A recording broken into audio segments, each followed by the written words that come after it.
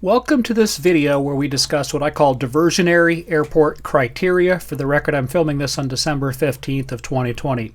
As many controllers know, during many in-flight emergency situations, one of the fundamental and primary questions that a pilot might ask the controller is for something like vectors or information regarding nearby airports, perhaps vectors to the closest runway.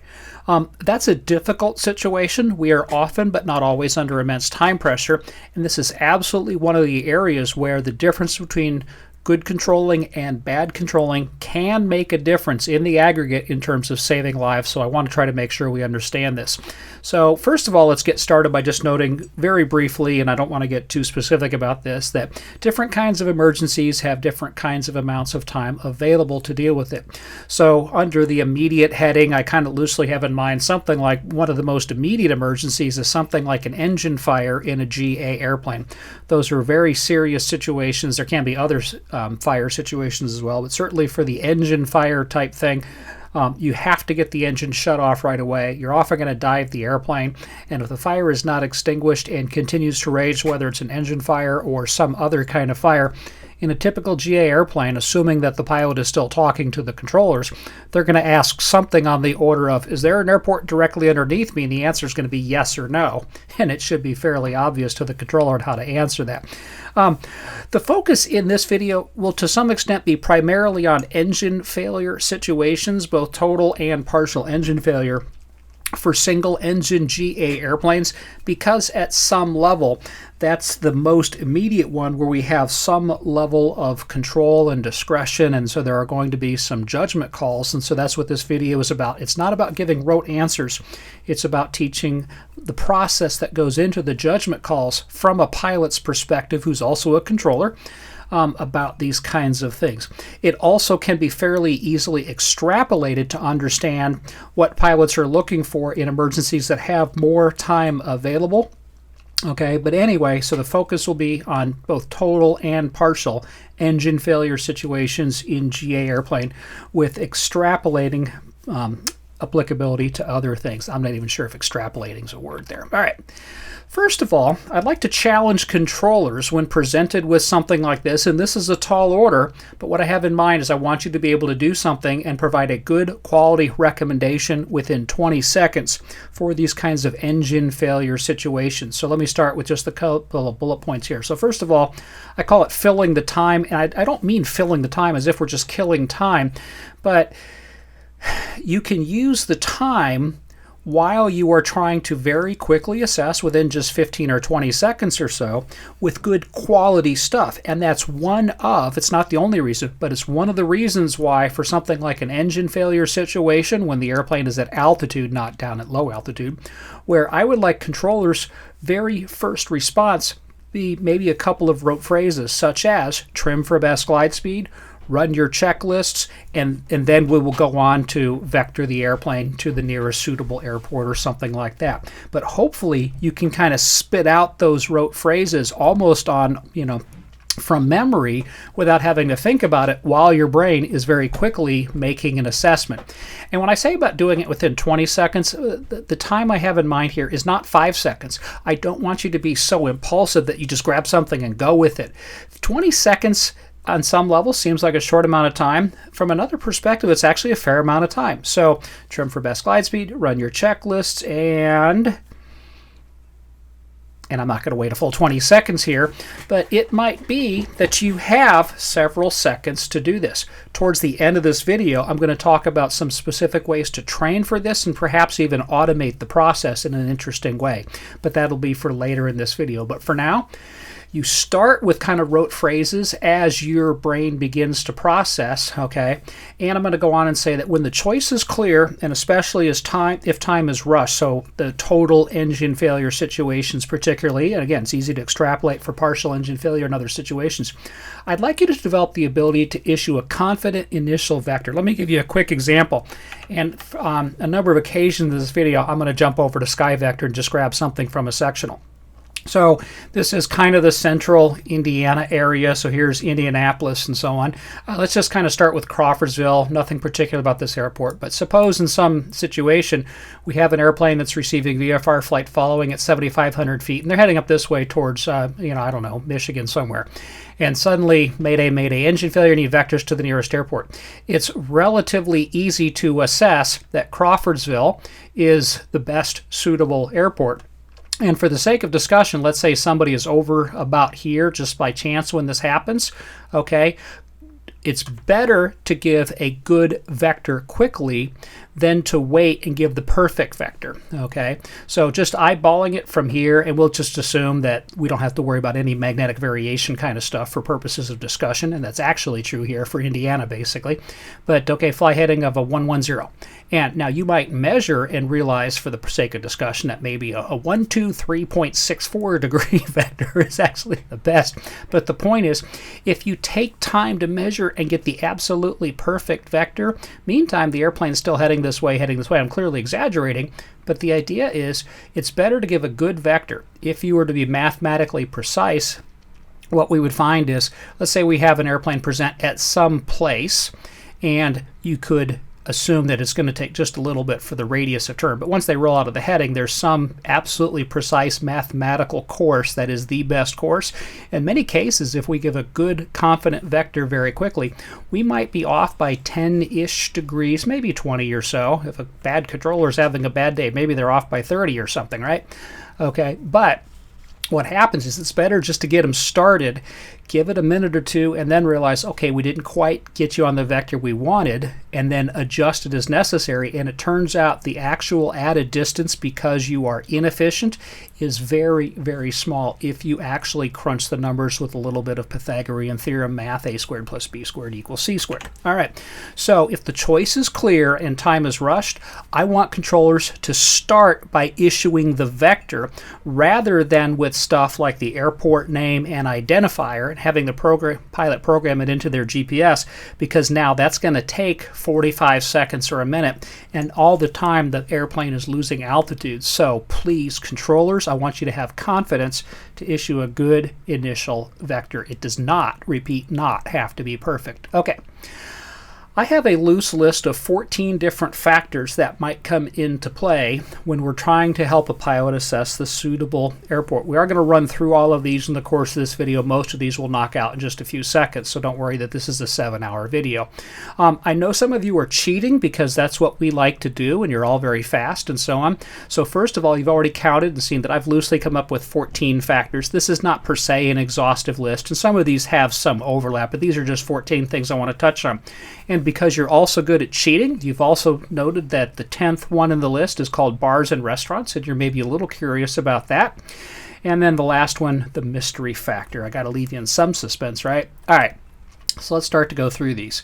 Some of these will be fairly obvious in some ways, but can have some subtleties. So we're going to start with this one. And for what it's worth, I am going through these in the order I listed them in the list, not that that's particularly relevant. Okay, so generally speaking, the closest airport is the best. Hopefully that's news. There are some exceptions when a pilot is directly over an airport and another one is nearby and easily reachable, so I'm not going to belabor the point. But at some situation, I'm just going to start with a couple airports on the north side of Indy here.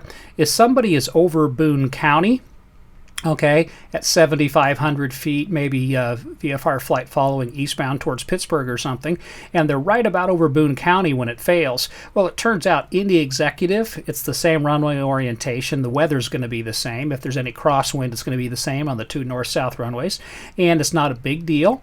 But Boone County at 3,600 foot length, Indy Executive at 5,500 foot length, okay, and somebody's already pointed in that direction, even though Boone County is closer, Indy Executive is arguably better. It's certainly reachable from 7,500 feet, and so even though that one's better. So don't just go to a rote thinking about distance, okay?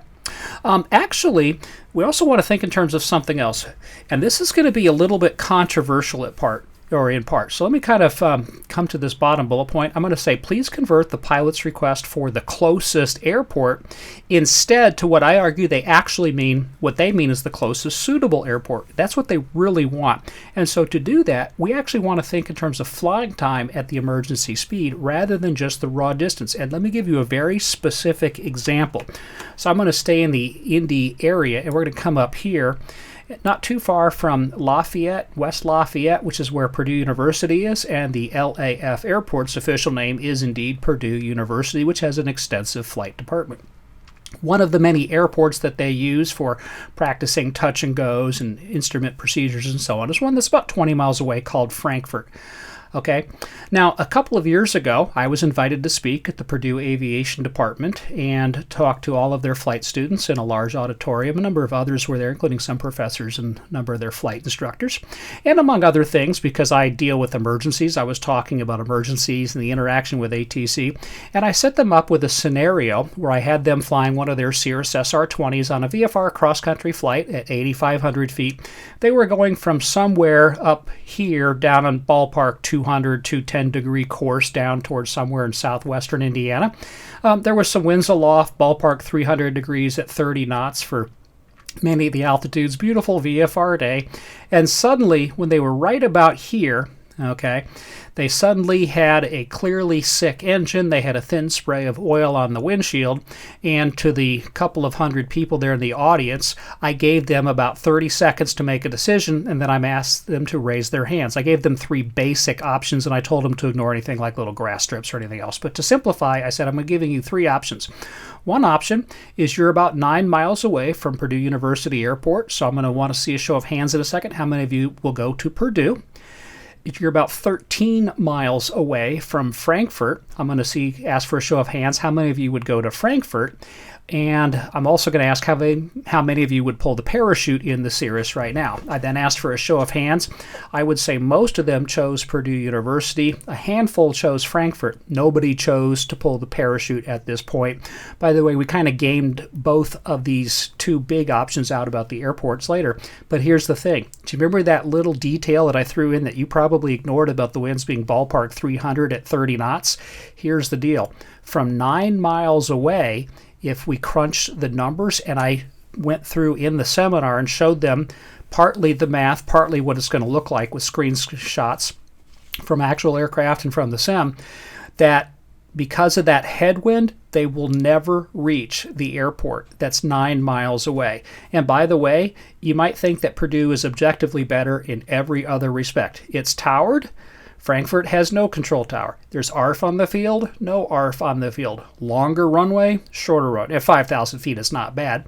Okay, but also it turns out that even though it's closer, it was urban area the last couple of miles in, and I went through in the seminar and talked to them how they might go there, but then on the way start to realize fairly early on they're not going to make it. And then I gave them some further options, including pulling the chute or trying to stretch the glide and make it, and we went and explored some of that. Objectively, Frankfurt at 13 miles away was farther than the 9. Okay, even the Purdue kids can do the math on that, and I'm going to get beat up by any Purdue kids who see this video now, because some of them are my fellow controllers. But having said that, the airport 13 miles away is easily reachable because of the tailwind. I showed them that mathematically and in the seminar. Okay, but here's the takeaway for the purposes of this video. Suppose instead of the pilot making the decision, we have a pilot flying along in a situation akin to that, and they say, "Mayday, mayday, I think I'm about to lose my engine, need vectors to the nearest airport." Objectively, Purdue is closer at 9 miles than Frankfurt at 13. I think the vast majority of controllers would have the confidence to issue that initial vector like I was preaching a moment ago, and they would say turn left lighting 300, and then they're going to watch the airplane crawl into the headwind, end up losing radar contact and going down somewhere about a mile or 2 short of the runway.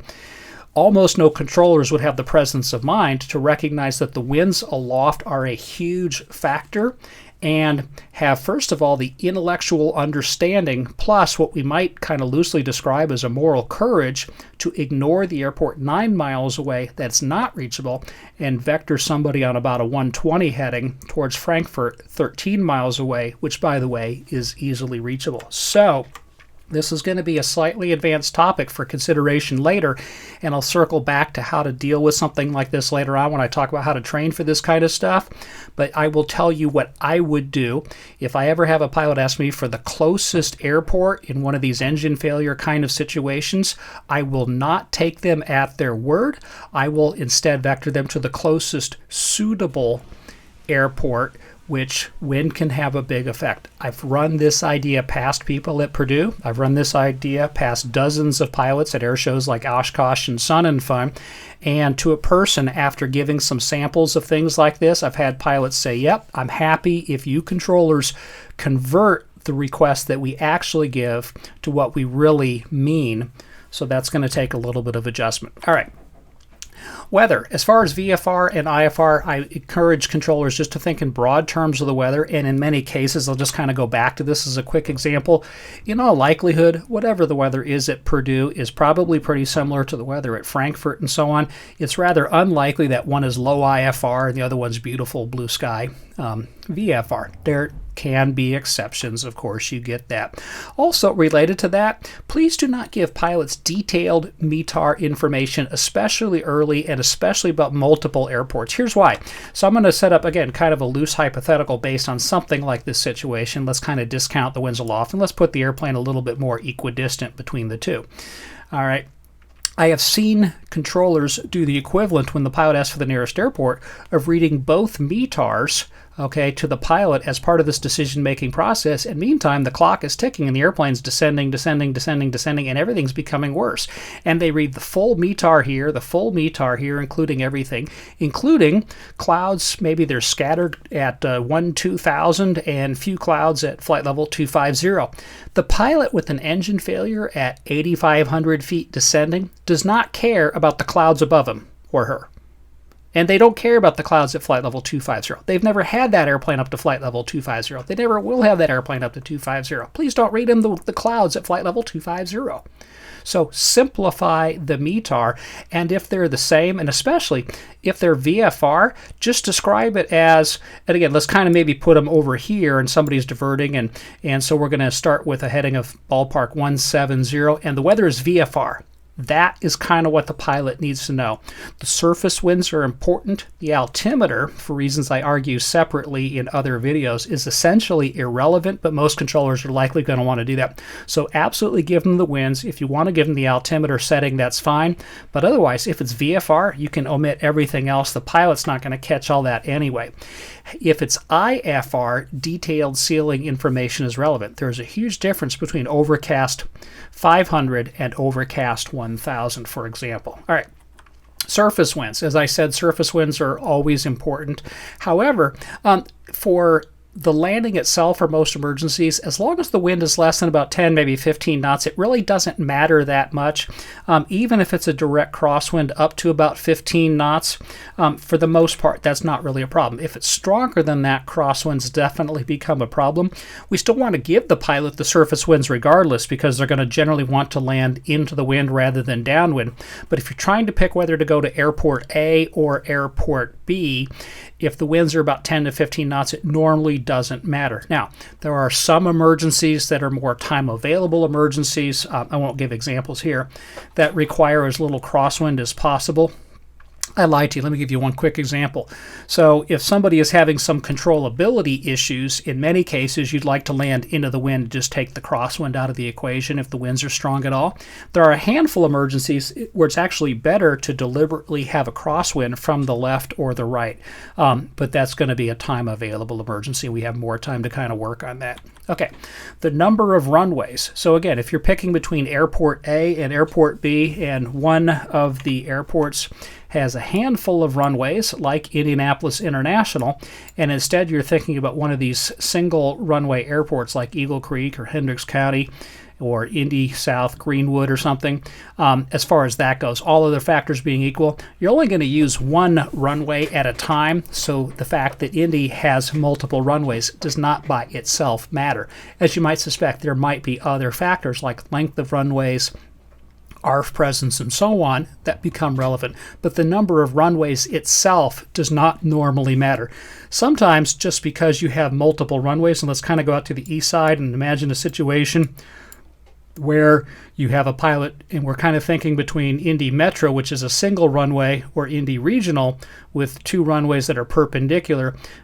Because it's perpendicular, you have a better chance of getting the crosswind situation that you want. But the number of runways is really not very decisive. Of course, you could go over to Y Brew, because in an emergency you might want to have a beer when you're done, but oh well. All right. Runway length. Obviously, this is relevant. Let me give you a couple quick rules of thumb, and then I'm going to greatly simplify. So rule of thumb number one, take an airplane. Again, we're focusing on single engine GA. So take an airplane that you think you might be working in some situation on an IFR flight plan or VFR flight following that has an engine failure, okay? And then I want you to kind of guess what sort of filed true airspeed you would expect to find for that airplane. So, for example, I'm just plucking a random example here. You might have a Cessna 206, and you might guess that the filed true airspeed is something in the 140 range, give or take, okay? Quick rule of thumb, take the 140 filed true airspeed that you would expect for an airplane type like that, multiply it by 10. That gets you 1,400. That rule of thumb is more or less about the minimum runway length needed for an engine out dead stick situation in order to land and not have a scratch on the airplane. But if you go and talk to pilots, and I've talked to hundreds of pilots and put this exact question to them when I wander around the air shows like Oshkosh and Sun and Fun and just bug people, and I ask them, in your airplane, what's the minimum runway length you would really want to have in an engine out situation? They go, ugh, I'd like to have 10,000. And I go, okay, but yeah, would you accept for your airplane 1,400? I'd really rather have more, but yeah, I could put it into a 1,400 foot strip. Okay, but anyway, the rule of thumb, take that, multiply by 10, and it gives you pretty much the bare minimum that people expect. If I go up to somebody who has a 206 and I'd say, would you be comfortable putting it into a 500 foot strip, they're going to look at me and punch me. Okay, that's why I'm bruised all the time. But anyway, filed true airspeed, once you get up to roughly ballpark 20 times the filed true airspeed, they start to feel much more comfortable and they're less likely to give me some dirty looks while they're trying to enjoy their airshow experience. In the meantime, there's another way to kind of cross-check this, and that is with some exceptions, airplanes generally need more distance to take off than to land. So if you go and pull up some pilot's operating handbook and you actually crunch numbers for different situations, it could be sea level at 10 degrees Celsius. You might pick, out in Denver on a hot summer day, so you're looking at the chart for 5,000 feet, 30 Celsius or something. And then you compare the distance needed for takeoff to the distance needed for landing. In most cases, airplanes need more distance to take off than to land. Once you combine these two kind of rules of thumb, and then you start to compare it to the airports you would find on a sectional, it leads to some interesting takeaways. So first of all, the people who build airports are actually smart enough to make them big enough for airplanes to use. That might come as news to some of you. Maybe not. I laugh at my own jokes. Sorry, you have to put up with it. You just have to play the video. You don't get a choice. But the point is, start looking at just random airports, okay? So here's Delphi, 4,000 feet. Here's Logansport, 5,000 feet. Wabash, 44. Marion, 6,000, okay? Sheridan's a bit smaller. It's 37 and so on, okay? Boone County is 36. You get the idea. Point being, if you start looking at these runway lengths, you'll realize that these are all exceeding the 10 or 20 multiplication rule of thumb that I gave you, even for the faster airplanes. So pick a faster GA airplane that we might see in normal service. So don't think about the P-51 Mustang World War II airplane that flies around your area because somebody owns one and they're bopping around at 280 knots or whatever speed they're going to use. But for the faster GA airplanes, we're talking about ballpark 200, maybe 210 knots in most cases. You get your rare Turbo Mooney up high that goes a bit faster. Okay, so you take your faster airplanes and basically 2,000, 2,200 feet is pretty much kind of a tight field for even the faster airplanes. Ballpark 4,000 feet is where they become very comfortable. Virtually all these airports, again, even that Boone County at 3,600, Sheridan at 37, and so on, all of these paved airports, with rare exceptions, certainly meet that. Here's one over here, Alexandria, Indiana, 2,600 feet. Yeah, that's going to be tight in a Mooney, but you know what? In most cases, that is going to be better than putting it in a field somewhere, even if they do touch down and get it slowed and go off the end of the runway. Again, there's always going to be some rare exceptions. Now, depending on where they are, if they're down here, it's probably better to send them towards Anderson or Muncie instead of Alexandria. But from up here at 5,000 feet, Alexandria is probably the best option you have, and 2,600 is fine. Therefore, on the runway length side, I'm going to argue that virtually every paved runway in the country is long enough for emergency landing purposes for virtually every normal GA airplane. Again, there will always be exceptions on all of this stuff, but virtually every paved runway is long enough. There, I simplified your job. Thank you. Okay. Runway width, completely irrelevant. Even for the large aircraft where it might seem relevant, any runway that's long enough is guaranteed to be wide enough. I'm going to go back to this for a second, and I'll take you to Boone County Airport, 3,600 feet. Okay, Boone County, it turns out the runway there is 30 feet wide, which is significantly narrower than most of the other runways in this area. Sometimes I'll take pilots up there when I'm doing an airplane checkout or something like that. We'll go into Boone County, perhaps with a simulated emergency, perhaps just something more of a normal landing. And I often don't brief them on how narrow that runway is. They do just fine, even if they don't know about it in advance. The only difference is on final, their eyes get a little bigger as they kind of realize how narrow the runway is. If anything, that just boosts their concentration. They seem to do a better job. And they actually become a little more precise on the narrow runway than taking them onto a runway that's 75 or 100 feet wide. And they feel like they can let the airplane move around because there's enough pavement there. So runway width is never, ever going to be a factor in any emergency situation. So please do not waste precious time trying to figure out the runway width, and I wouldn't even bother informing the pilot of the runway width for what it's worth. And you say, yeah, Dean, but what if it's an Airbus 380 and you can't put an Airbus 380 on a 30-foot runway? Well, any runway that turns out to be too narrow for something like an Airbus 380, you have a bigger problem because it's not long enough in the first place. And that Airbus 380 diverting into Boone County because all 4 engines have failed has a problem with the length long before you're worried about the width of the runway. All right. Runway surface type. This one is surprisingly important, maybe not in the way that you might think. So as I said earlier, virtually all paved runways are absolutely long enough for single engine GA aircraft. Okay, single engine. So anytime you're dealing with twin engine airplanes, it's going to be a little trickier, but again, I'm taking a little bit of comfort in the fact that we rarely have twins that lose both engines. If you do have a twin that loses both engines, I'll say that all paved runways are still long enough for them. If it's not, they can still get it down and slowed by the time they go off the end of the runway, and that's better than going off into a farm field in many cases. Quick pause, we're not really focusing on this, but let's say for some of the turboprops, you know, the PC-12s, the TBMs that are single engine turboprops, first of all, they're typically up higher, so we'll have more time. They have pretty good gliding range for reasons we won't get into. Including they can feather the prop. And even if, for some reason, they have to stick it into something that's, here still we're talking on length, even though the slide says runway surface type, it's still long enough for them because, again, even in a worst-case situation, they get it down, they get it slowed, they go off the end of the runway, it's survivable, and that's our focus. So paved runways are long enough. I'm kind of implying that a lot of the grass strips are much shorter and so on. You start looking at random private grass strips, all of a sudden you're looking at 2,200 feet, 2,600 feet, 19. Way west out here is not bad at 32, but here's 24, here's 19, okay? These tend to be much shorter. There's 21, okay? So number one, the grass or dirt runways are typically shorter. As always, there are exceptions. They can be muddy or soft if there has been recent precipitation, and I won't give you anything like the full story, but a few years ago at Indy Center, we had a beach bonanza with an engine failure, and I'm not going to tell the whole story, but there was some thought when the engine failed about here about perhaps going to Scottsburg. It turns out it was in February, and they closed that airport during the winter because there's snow on the runway, and for the sake of discussion, while the airplane did not attempt to land at Scottsburg, had they chosen to do so, that was probably a very muddy grass strip, okay, 2,700 feet, and there's actually a decent chance that the airplane would have flipped, and without getting into the specifics of where the airplane went instead, it turns out they went to some place that was arguably better than Scottsburg. For what it was worth, they went to Interstate 65. Rural divided highways are fantastic, but that's a story for a different set of videos. All right, but here's the other thing about grass and dirt type runways.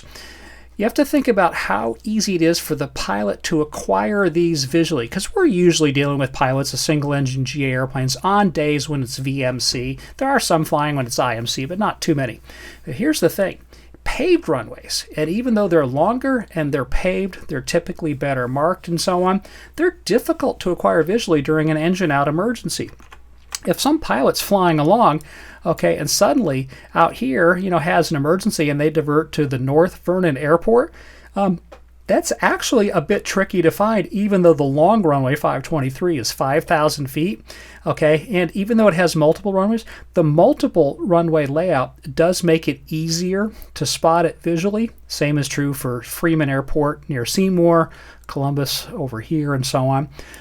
So the multi-runway paved layouts are easier to acquire visually, but all these single runway airports, even if they're paved, Franklin's pretty short at 2,400, Shelbyville's bigger at 5,000. Those are still somewhat tricky to spot. And so controllers do need to be aware of that for these engine out situations. But I'm going to say that grass and dirt runways can be exceptionally difficult to acquire visually, and in many cases I'm going to argue it's virtually impossible. In the stress of an emergency, if we as a controller are thinking that the nearest available runway is something like this Rheinhold private grass strip out here, northeast of Brazil, okay, yeah, it's 1,900 feet. And I'm going to tell you a quick story about this particular grass strip. That's been in the Rheinhold family for a couple of generations. One of the generations of the Rheinhold family is a controller who was a slightly older contemporary of mine, retired from Indy Center a couple of years ago. And on the day he retired, he had a day shift for his last day, and I made arrangements so that later that afternoon, a little before dinner, I was going to do kind of a ceremonial flyby and wing wag over his private grass strip.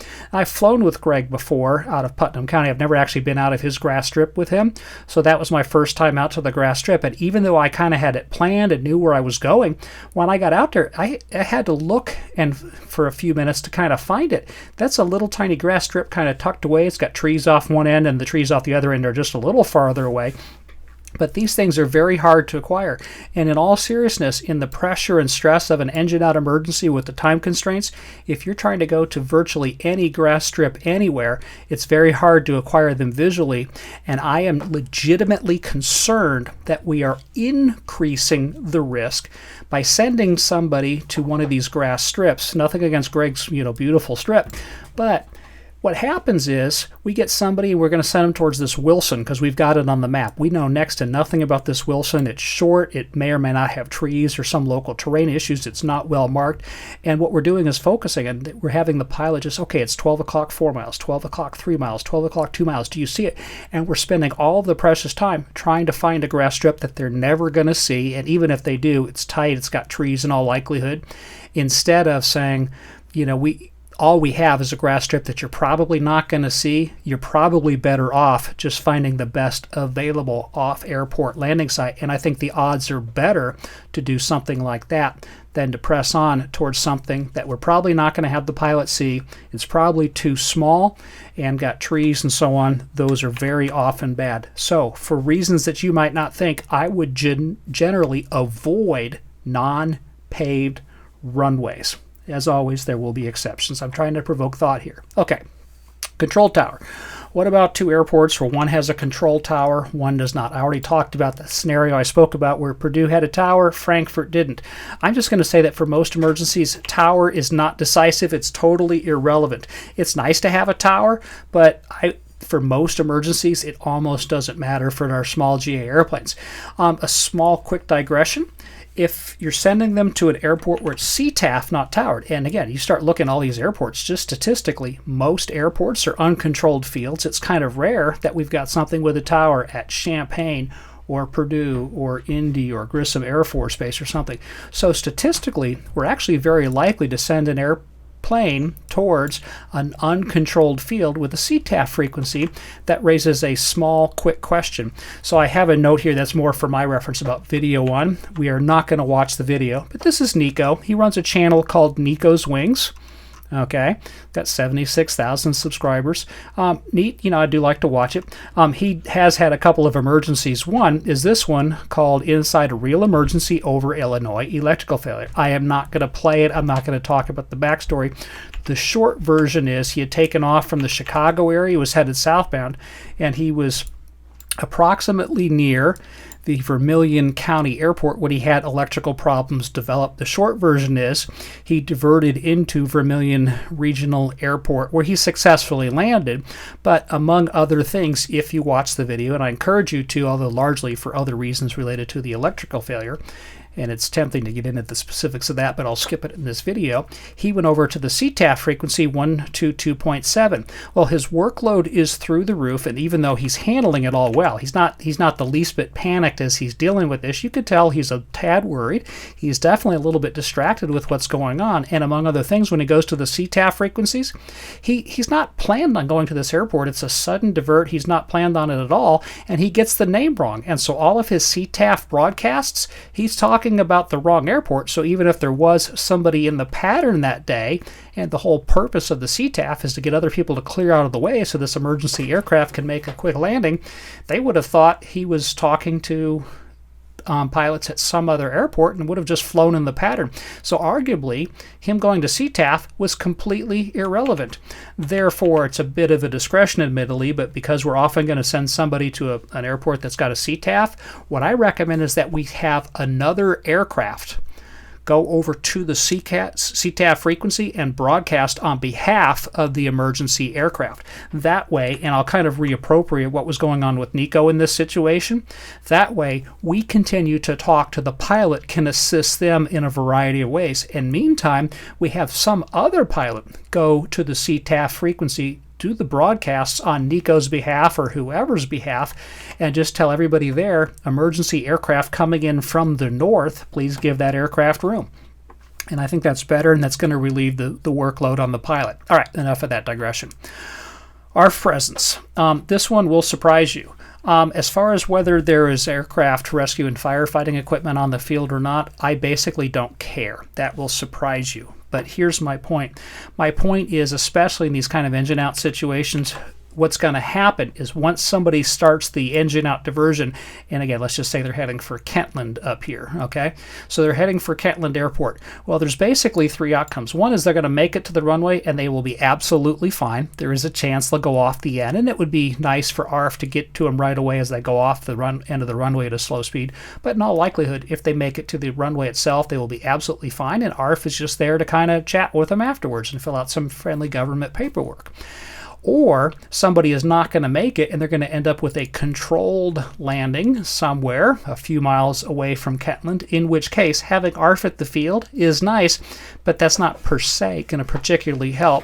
Or they're going to have a situation something like this. I'm going to keep this one pretty short. We're going to go to what I'm loosely calling video 2. We are not going to play this. By the way, this is a guy named Juan Brown, no relation to me. He's got dinosaurs with masks in his family during the COVID days. But he is discussing a recent accident with a PC-12 with an engine failure in Mesquite, Texas.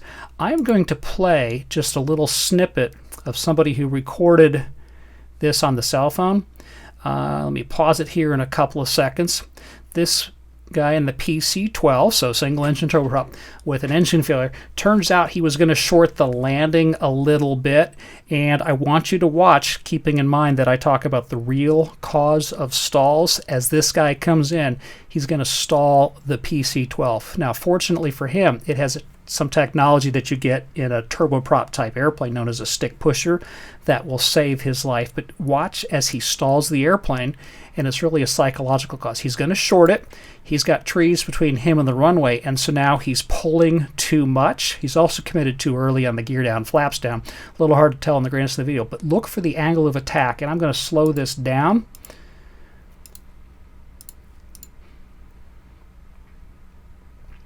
It's a little hard to tell, and you'll see it more in a second. Look for the angle of attack. He's really got a pull going, pull going, pull going. And right about here, the stick pusher kicks in, forces the nose down, which to keep him from actually stalling, which would have killed him. But because the stick pusher technology kept it flying, yes, it disappears behind the trees. Yes, it impacts the field. Yes, it was a landing hard enough that it broke the wings off of the airplane.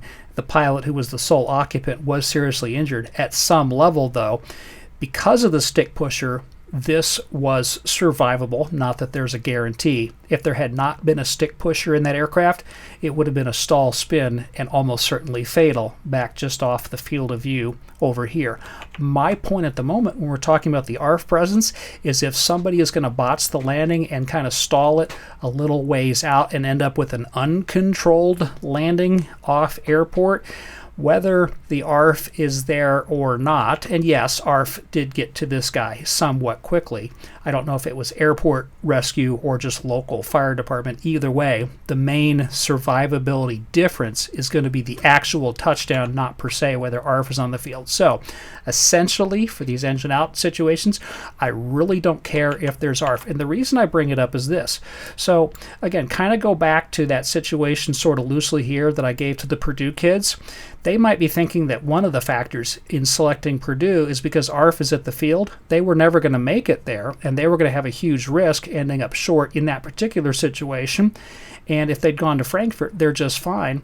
And so there are other factors that are a bigger deal than ARFF. So while I care about ARFF, it's far enough down my priority list that effectively, in the heat of an emergency, no pun intended, I'd like controllers to essentially ignore it for these engine out situations. Certainly if there are controllability issues and the landing itself at the airport is going to have some risk, ARFF does move up in the priority list. All right, bars and restaurants, hotels, rental cars, whether there are mechanics at the field. Let me tell you a true story about a friend of mine. And when you hear about a friend of mine, you think I'm talking about myself. No, this is really one of my friends. He is a flight instructor part-time. He has a successful business, a very smart, intelligent guy, and so on, has his own airplane. A few years ago, he was flying back after a long day of business meetings, and so it turns out he was coming home, and he was just 20 or 30 miles from home at about midnight. By the way, a lot of times you hear about these pilots who have their own business, and they're coming back at midnight after a long day, and you think they're fatigued and there can be risk. Yes, he flies very safely, and that's not an issue here in this particular situation.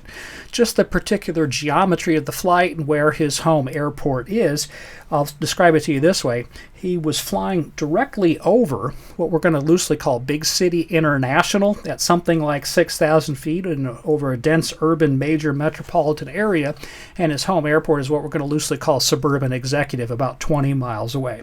So he's talking to approach control in this Class Bravo airspace, and he's descending at about 6,000 feet over Big C International when suddenly he develops a big engine vibration. Now, he and I have talked about this afterwards, but what went through his thought process is he was looking at those big, beautiful runways down there all lit up nice and purty, and he thought, well, I don't want to stick my little single-engine piston airplane there at Big C International. I mean, who knows, what kind of mechanical services they have. The landing fees are probably going to be huge. Besides, my car is at my hangar over at Suburban Executive 20 miles away, and, that way I can get home. That's where my mechanic is. My mechanic can look at the airplane in the morning or something like that, and I can go sleep in my bed at night. And so he chose to press on, and within a couple of minutes he realized he was an absolute idiot. And he's a smart guy. What had happened was he listened to the siren call of where his car was located, where his hangar was, where his mechanic is based on the field, and he bypassed a perfectly good airport, and he realized that he had made a mistake. Now, once he realized it and was kicking himself, it was best to go ahead and press on, so he pressed on. It turns out it was not a major problem, but for a little while there, he was absolutely kicking himself. He realized that if the engine had failed or that vibration had significantly worsened, he was going to be engine out over a dense, major, metropolitan, urban area at midnight, and the survivability rates go way down. And frankly, one of the possible outcomes in that situation is you try to put it down somewhere, you hit power lines near a road, and you end up getting burned. And he was really kicking himself afterwards. Therefore, I'm not going to press this too much, but for controllers, if we ever have a pilot who's asking us, maybe in like a partial engine failure situation, okay, in a partial engine failure situation, I can picture some pilot kind of flying along over here somewhere, partial engine failure, engine starts running rough, and we might say, okay, the nearest suitable airport is White County, and I'm not going to get into the details of what we might do to get into White County. And I'm picturing a pilot say, is there anything better? I see like Lafayette not too far away. Does Lafayette have better services? Because I'm trying to, get a rental car to make my meeting somewhere. controllers, this is going to be tricky because I know the pilot's in charge, but in a situation like that, I would diplomatically or not diplomatically remind the pilot, I understand you've declared an emergency. The nearest suitable airport is White County. I am not really able to give you that information about rental cars during an emergency. I do not want to encourage pilots to be stupid because you know what's going to happen. We're going to recommend White County in that hypothetical, and then the pilot's going to say, yeah, but are there rental cars in Purdue? And we're going to be very nice and helpful. Customer service want to do what the pilot asked for. We're going to say, yeah, and I don't think there's any in White County. But Purdue, you're right next to kind of an urban area there with the university. And they're going to say, yeah, I'd like to press on with my rough running engine to Purdue. Okay, fly heading of, 200 to set up. And you know what Murphy's Law is. They're going to start the descent, and somewhere right about here, they're going to lose the engine entirely, and they're going to end up coming down in this urban area, and we're going to make the national news, and we are going to be contributing to the delinquency of an idiot. So I would ignore that. All right. Instrument approaches, not a big deal. I'm just going to spend 2 seconds on this. If it's VFR, it doesn't really matter. If it's IFR, these are going to be complicated situations anyway. Surprisingly, let me kind of note 2 things. First of all, most of these airports have an instrument approach, if not at least one kind of RNAV approach on a sectional. That's kind of implied by the fact that you have these magenta circles, which have to do with the floor of the Class E airspace, for what it's worth. But the reason they're there is because there are different kinds of instrument approaches. You notice most of these paved runways, not all by any stretch, but most of these paved runways have these magenta circles around them. That implies that there are instrument approaches. And so if we have a situation, though, where it's an engine out and it's IFR, for reasons I will explain later, we are not going to use the full instrument approach because in an engine out situation, the airplanes are coming down too steep to use those. They can be helpful for lateral guidance, but again, the presence or absence of instrument approaches for the time pressured emergencies is not a big deal. And if it's a more time available emergency, I'd really prefer to put an airplane to an airport with a higher ceiling if that's possible. But if it's IMC and we're doing a divert, that becomes much more difficult. Local neighborhood and terrain. And here I don't care about the local crime rates or the number of carjackings per capita. What I mean is just the intervening terrain and what that local area is about. I've already kind of implied it in a couple of situations, including that hypothetical I gave you a minute ago, where if you head for White County, it's pretty wide open. So let's say somebody's over here, and let's just ignore Delphi for a second. Well, let's just have somebody maybe up here. So somebody's northwestbound right about where I've got that mark. And let's assume no winds aloft. We might think that everything else being equal, they're about equidistant, and this has tower, this has ARFF, this has longer runways, this might be better. However, if they short the landing, that's urban area that's bad. If they go up here, they short the landing, there's at least a decent chance to a first approximation that those are corn or soybean fields because this is Indiana and that's what we do. And so that might be better. So again, do think about the neighborhood and terrain. I realize this is becoming a lot. I will simplify a little bit in a few minutes. Hospitals. On very rare occasions, pilots might want to land near an airport that has closer proximity to hospitals. We'll stay with this one. Purdue is going to have hospitals nearby.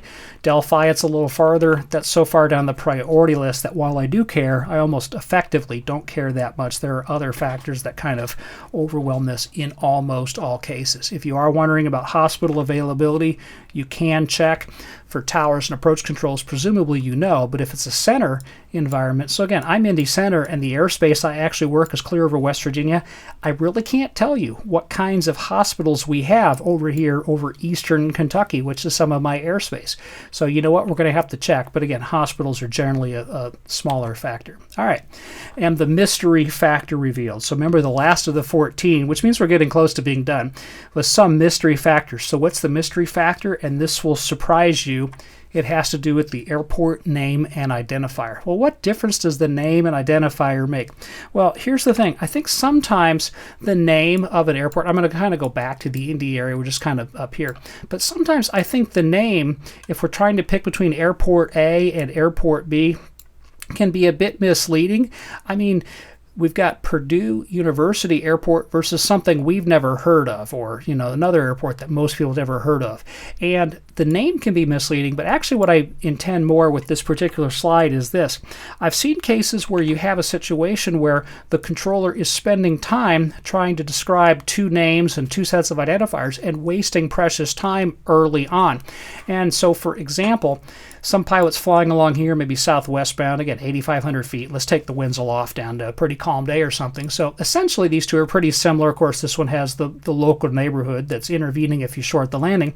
But at some level, we start spending time. In the meantime, the pilot's tracking. And we're going, okay, I've got airport A. It's off at 2 o'clock. Call it 12 miles. That's Purdue University Airport. That's Kilo, Lima, Alpha, Foxtrot, if you want to look at that one. Or I've got an airport over at 10 o'clock and about 12 miles also, so about the same distance. That's the Frankfurt Airport in Frankfurt, Indiana. That's Kilo, Foxtrot, Kilo, Romeo. And meantime, we are wasting time. There's no way you're going to hit that 20-second target that I talked about early in the video, and that is a distraction early on. So that's one of the ways I kind of am referring to that in this particular PowerPoint slide. The other thing is this, though.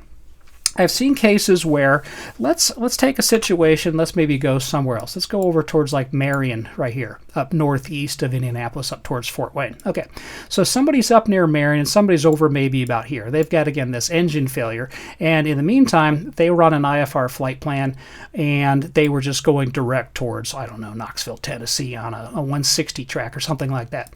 So you got this airplane up here at, 9,000 feet or so, and they have engine failure, declaring an emergency. I need the nearest airport.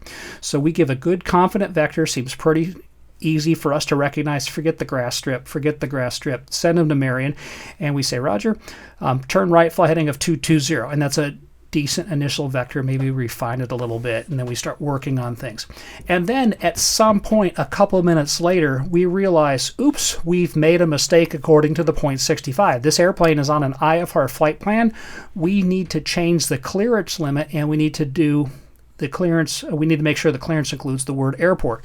And so suddenly we start to do that, but we also realize that while there's a Marion, Indiana, there's also a Marion, Illinois, and a Marion, Ohio. Who knows how many other Marions are out there? Certainly that seems to be the case in the Kevin Costner Robin Hood movie, but that's, again, a story for a different video. You're probably sick of my humor, but oh well. Anyway, so we get the airplane started on like a 220 or a 230 heading, and suddenly, because we're worried that QC is going to gig us for improper phraseology, I've heard controllers do the equivalent of keying up and saying, okay, Bonanza so-and-so, officially, you're cleared to the Marion, Indiana Airport, Kilo, Mike, Zulu, via radar vectors.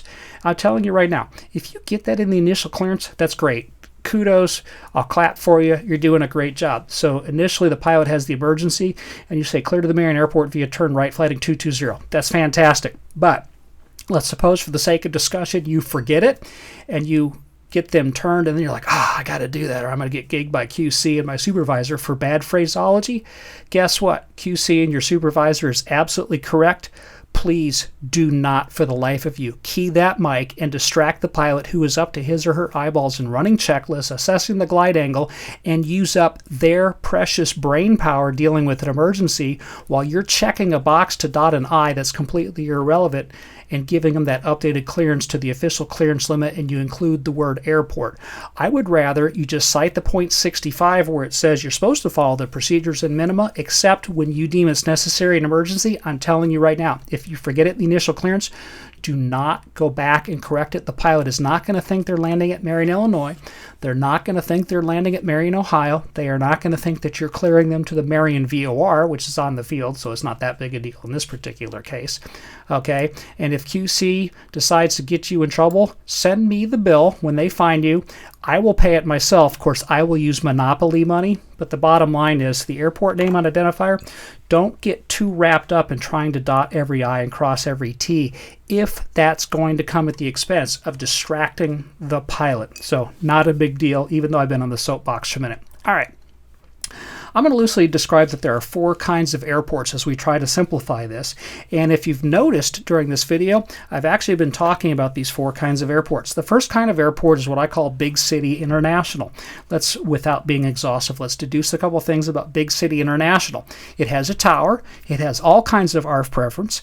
presence. It has multiple runways. Those runways are long. I don't care about the width, but the runways are wide enough. It has bars, restaurants, mechanics, rental cars, everything else, okay?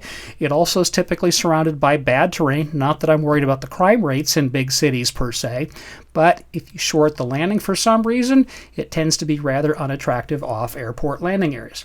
The second kind of airport, loosely speaking, is what I call suburban executive. So what do you know about suburban executive? It has one, maybe more than one runway. It probably has a tower. It's going to have maybe, some small ARFF presence. There's probably rental cars.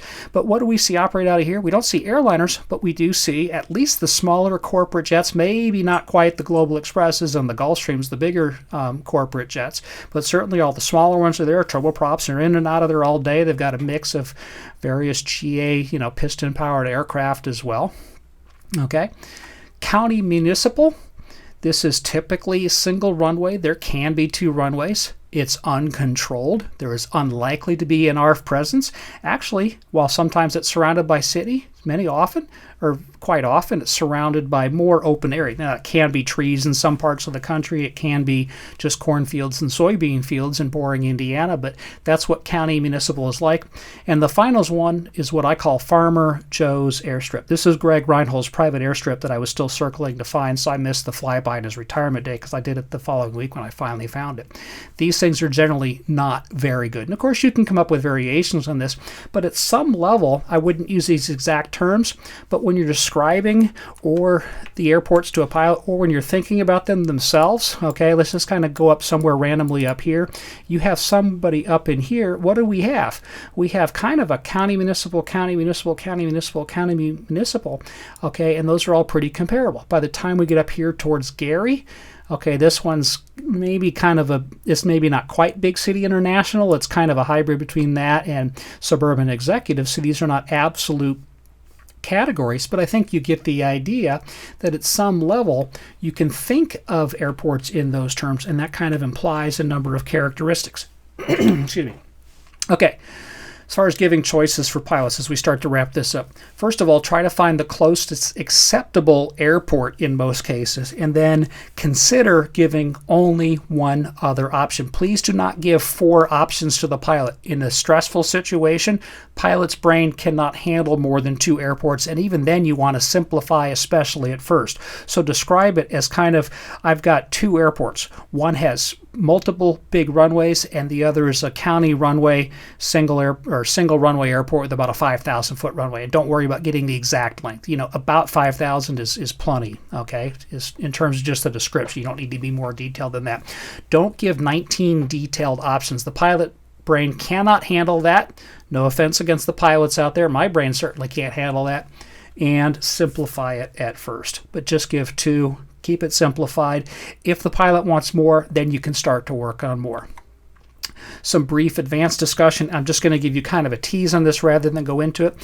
What about recommending a new airport after the pilot has already begun to go to another? And very quickly, I'm going to take you to video 3. Unlike the other 2, this is my own video that's up on the website right now. I filmed this one. I forgot to put the date I filmed it. But one of the so-called Flight 2 follow-up videos with a Cessna 172 in the rough vicinity of Burlington, Vermont. I go through several scenarios here, but one of the ones that I do, it's the second flight on this particular video. I set it up with an engine failure right near the Keys waypoint, and I set it up so that the pilot elects to go to Burlington, Vermont. Plattsburgh International is certainly closer, and not that the runway length really matters. It's almost a 12,000 foot runway. Burlington's still more than plenty at 8,300 feet. But if you go to the area, let me go to it on SkyVector here, so very quickly go to Burlington area to put it to you this way.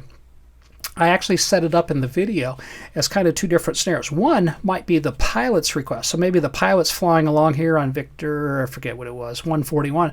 So they're flying on Victor 141, engine failure. Pilot has Burlington on the brain, knows the airport's over there. And so the pilot says, Mayday, Mayday, engine failure, I'm heading for Burlington. Okay, so there it's the pilot's decision. So it was kind of out of the controller's hands. But for purposes of discussion, the pilot starts heading off for Burlington. And within just a minute or so, the controller realizes actually Plattsburgh is certainly much closer.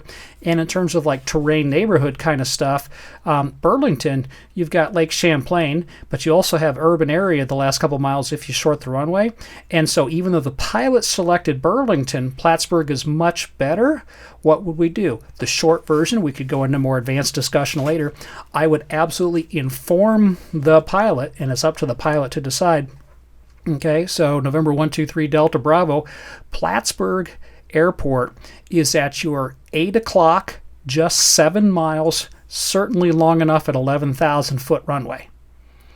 Okay, and inform the pilot, let the pilot make the decision. But here's kind of the nastier version of that. What if our pilot's flying along Victor 141, talking to Burlington approach for the sake of discussion, says, Mayday, Mayday, engine failure, need vectors to the nearest airport, and the Burlington approach controller has Burlington on the brain, okay, and says, okay, clear to the Burlington airport via turn 20 degrees left, radar vectors. All right, and then you do that because that's kind of your gut decision, and after a minute you realize like, you know what I was going to say next, but I'm not. But, man, Plattsburgh's actually better. Now it's your fault. What do you do? If you catch it early enough and Plattsburgh is better, by all means, inform them. And in fact, in many cases, I would probably go ahead and give a confident vector. That's maybe some more advanced discussion, but I think most of us would be comfortable when it's clearly better. If it takes you 2 or 3 minutes to realize it, and so somewhere right about here, it's a bit more iffy, that becomes a little bit trickier. But the bottom line is, whoever made the initial quote-unquote bad decision, okay, you might think about recommending a new airport after the pilot's begun to go to another. However, what if it's just a matter of both are acceptable and this one's better? Well, here, and again, let's just assume for the sake of discussion that somebody's up high enough and gliding well enough that this is definitely reachable. If this is definitely reachable, even though this one is somehow more reachable, as long as this is definitely reachable, just shut up. Don't mention Plattsburgh. At that point, you don't want to be switching and then switching and switching in some situation. If it's reachable, just leave it and that'll be fine, even if you find something better. So where you're more likely to inform is like, ooh, that's not reachable. This is, by all means, regardless of kind of who's at fault. Okay. Advanced discussion 2 of 2 is what if a pilot is deliberately bypassing acceptable airports? So let's loosely go back to my friend with the engine vibration. He did not tell the approach control in the class Bravo that he was having the problem. But let's suppose for the sake of discussion that he did, and maybe he wasn't directly over Big C International knew about it, but he suddenly says, approach, I've got this emergency, I've got a bad engine vibration. What do I have for options here? Well, we got Big C International just 4 miles north of you, or you're kind of aimed at Suburban Executive 20 miles away. Say what's your request? Actually, that's not the best example. It's not the way I want to set it up now that I think about it. But the point is that what happens if a pilot says, I've got this bad engine vibration. I'm going to go to a Suburban Executive, so clear other traffic out of my way because I'm declaring an emergency. Okay, well, now they're heading, I'll just kind of leave it on Burlington here. But let's suppose for the sake of discussion, somebody's like, I've got a bad engine vibration. They're up here, and they're going over Plattsburgh and say, I want, emergency priority to Burlington. And we say, okay. And they're already bypassing intentionally a valid place, and they're taking some risk. Now, at some level, it's the pilot's responsibility to that. Here, though, if they're deliberately bypassing acceptable airports, absolutely, I want to inform them. So the phraseology, you have to use some judgment and try to be diplomatic. I'm not sure I'd manage to pull it off, but you might say something to the effect of, November 123 Delta Bravo, just want to make sure I understand what your intentions are. Okay, 3 miles northeast of you is Plattsburgh International Airport with an 11,000-foot runway, and you've declared an emergency. Understand you're going to bypass that acceptable airport, and you're going to go across Lake Champlain, across Burlington City, towards Burlington Airport. Do I understand you correctly? You'll notice I actually managed to pull off some diplomacy there, and we've kind of put a little bit of pressure on the pilot. Yeah, some people might feel a little uncomfortable with that. I get that. But again, that's why I'm putting this under advanced discussion, so I can just kind of throw it out there and then punt and let you guys deal with it. All right, let's simplify all the above. This one, we're going to have some fun. Would you be willing, for those of you with coding skills that I do not have, just like I don't have good humor skills, help build an app/game on the website? And what I loosely have in mind, I think I forgot to pull up the website in advance, so let me do that real quick. So My apologies for being disorganized on top of my other faults. Okay. I have website simulators, and right now I just say under construction, help is needed, and I mean that in all seriousness. I would like to have some help in building something of a training app. You can call it a video game if you like. Okay, ideally it would build on, forgot which window I'm in. Let me come out of that because I went to a different tab. No, I didn't. I'm an idiot, but you knew that. All right. But what you might do is build an app that actually uses just lat long and some very basic runway information about field elevation, lengths, directions, and so on, and have airports in different locations around the country. You could log in to the training app on almost like a CBI or something, and you could practice. And so it might have kind of a fake radar scope, okay, over in this area. I'm not even quite sure where we are. Livingston, Tennessee, I think. So that's Nashville. Okay, but you might, in effect, log in as a controller at Nashville Approach, have 3 or 4 airplanes on your scope, and one of them presents with an emergency, doesn't have to be an engine failure, and is asking for a recommendation to the nearest airport. And it's going to have some winds aloft built in, and you might realize that over here, it's better to go to the shorter Lafayette than it is to Music City, because the winds on this day up at 6,000 feet are 240 at 25 or something like that. But you can actually train for that fairly quickly, and among other things, this isn't the place to do that. I would like to track statistics, and in the background the app would be recognizing about which airports are reachable or viable, which ones aren't, and we would not merely be training controllers and you get immediate feedback on whether you sent them to an airport that was reachable or unreachable when some other airport was reachable, but also track statistics. I'm sure NACA's going to want that de-identified, and that's fine. But we actually learn like what controllers are doing. In the meantime, one of the things you'd find is that for any situation where just one factor is the difference, so everything else is equal, but one factor is difference. That could be distance, that could be runway length, could be ARFF presence, whatever. That's actually easy. The tricky part is when they're multi-factor differences that are hard and you're having to juggle multiple priorities. But even better, suppose we build an app like this that also provides the foundation, especially if we track the statistics, for actually building out something that will help us automate the process. Here's a tease on what I have in mind. I'll kind of use, we'll kind of go up here, and so this is going to be somewhere we don't have an approach control, because what I have in mind is a bit more of a center-related issue, not an approach control-related issue. Centers, especially those that own down to the ground, have these huge swaths of airspace that they've never been to in their life. I mean, so nothing against, and I'm just going to see if I can get a little bit lucky, but you know, the controllers at Minneapolis Center and Salt Lake Center, some of these controllers, they're fine people, handsome, beautiful, intelligent, good sense of humor, unlike me. They've probably never been to North Dakota in their life, even though that's their airspace. So no disrespect, but you just don't have a great feel for it. And so you get somebody who's out here, and you have several factors to consider at once when somebody has an engine failure. Okay, and what happens is, what I would like to see at the center is some kind of ERAM emergency message.